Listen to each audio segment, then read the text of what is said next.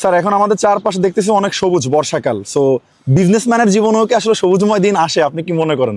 একদম always always, মানে আপনি যদি বলেন যে বিজনেসম্যানের জীবনে কষ্ট বা এটা ত্যাগ তিতিক্ষা, ভাই এটা একটা জার্নির পার্ট।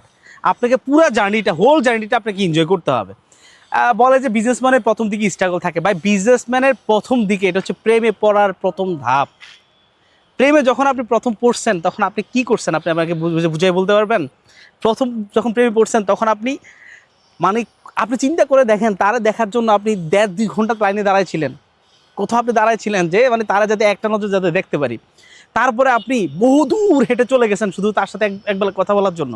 আমি আমার এজের মানুষের কথা বলতেছি, এমনকার বলা পাই তো ভিডিও কলে দেখে ফেলে। বাট আমাদের সময় এরকম মোবাইল টোবাইল ছিল না। তো আমাদের সময়ের কথা বলতেছি, তো আমরা এত দূরে দূরে চলে গেছি দেখার জন্য, এক নজর দেখার জন্য। তারপর আরও কত কি না আমরা করছি, এত যে কষ্ট করছি, বিন্দু পরিমাণ আপনার কষ্ট লাগছে? না। লাগে নাই। কেন কষ্ট লাগে নাই? কারণ আপনি জানেন আপনি প্রথম প্রেমে পড়ছেন। আর প্রেমে পড়াটা এটা একটা মজার জিনিস। সো বিজনেসও ঠিক এরকমই, প্রেমে পড়ার মতো।